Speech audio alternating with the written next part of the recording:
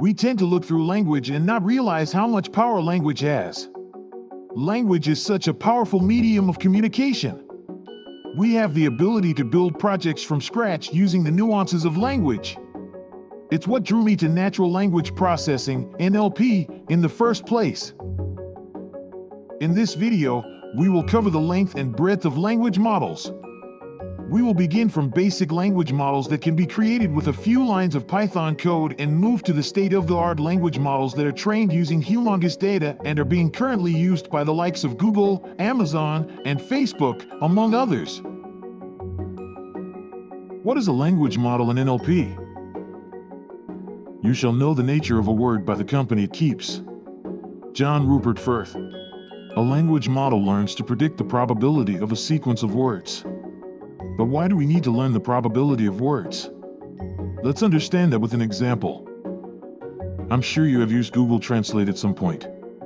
We all use it to translate one language to another for varying reasons. This is an example of a popular NLP application called machine translation. In machine translation, you take in a bunch of words from a language and convert these words into another language. Now, there can be many potential translations that a system might give you, and you will want to compute the probability of each of these translations to understand which one is the most accurate. In the above example, we know that the probability of the first sentence will be more than the second, right? That's how we arrive at the right translation. This ability to model the rules of the language as a probability gives great power for NLP-related tasks.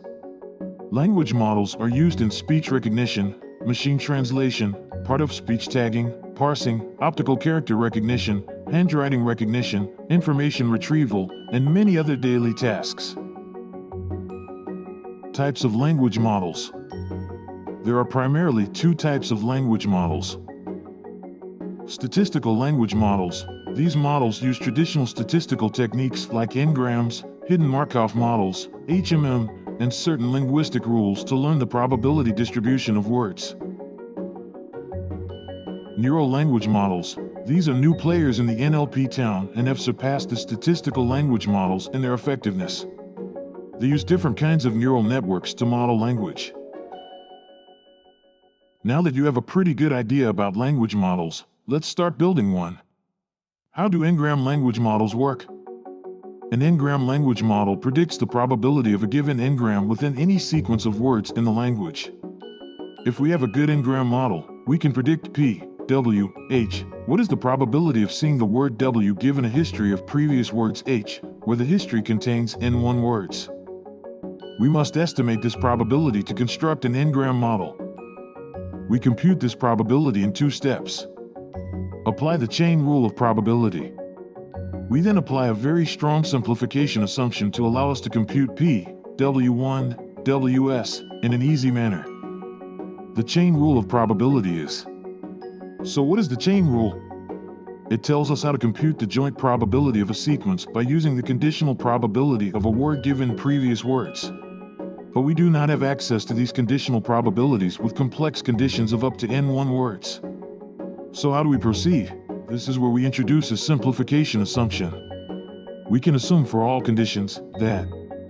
Here, we approximate the history, the context, of the word WK by looking only at the last word of the context.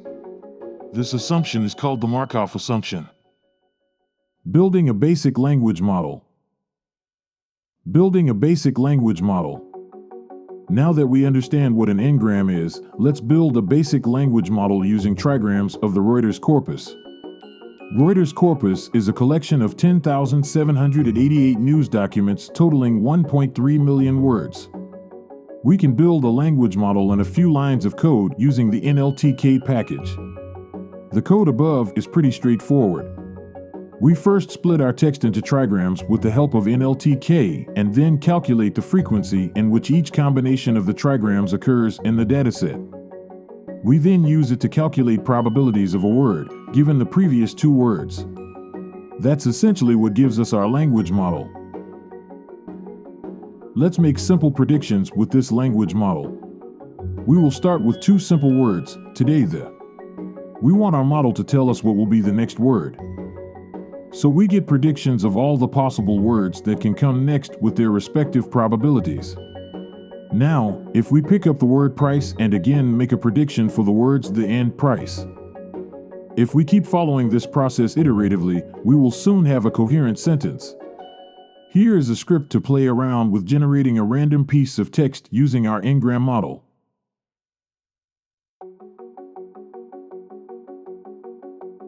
And here is some of the text generated by our model. Pretty impressive. Even though the sentences feel slightly off, maybe because the Reuters dataset is mostly news, they are very coherent given the fact that we just created a model and 17 lines of Python code and a really small dataset. Limitations of Ngram approach to language modeling. Ngram-based language models do have a few drawbacks.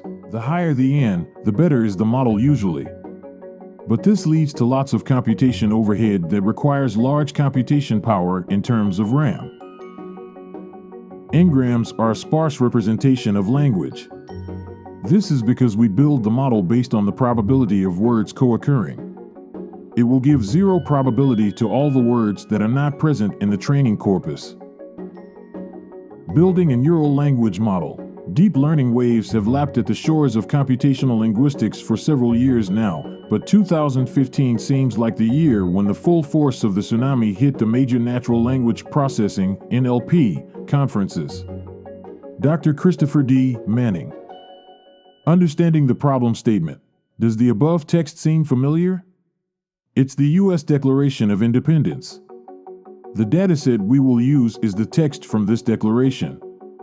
The problem statement is to train a language model on the given text and then generate text given an input text in such a way that it looks straight out of this document and is grammatically correct and legible to read. Import the libraries. Read the dataset. You can directly read the dataset as a string in Python. Pre-processing the text data. We perform basic text pre-processing since this data does not have much noise. We lowercase all the words to maintain uniformity and remove words with length less than 3. Once the pre-processing is complete, it is time to create training sequences for the model. Creating sequences. The way this problem is modeled is we take in 30 characters as context and ask the model to predict the next character. Now, 30 is a number which I got by trial and error, and you can experiment with it too. You essentially need enough characters in the input sequence that your model is able to get the context. Let's see how our training sequences look like. Encoding sequences. Once the sequences are generated, the next step is to encode each character. This would give us a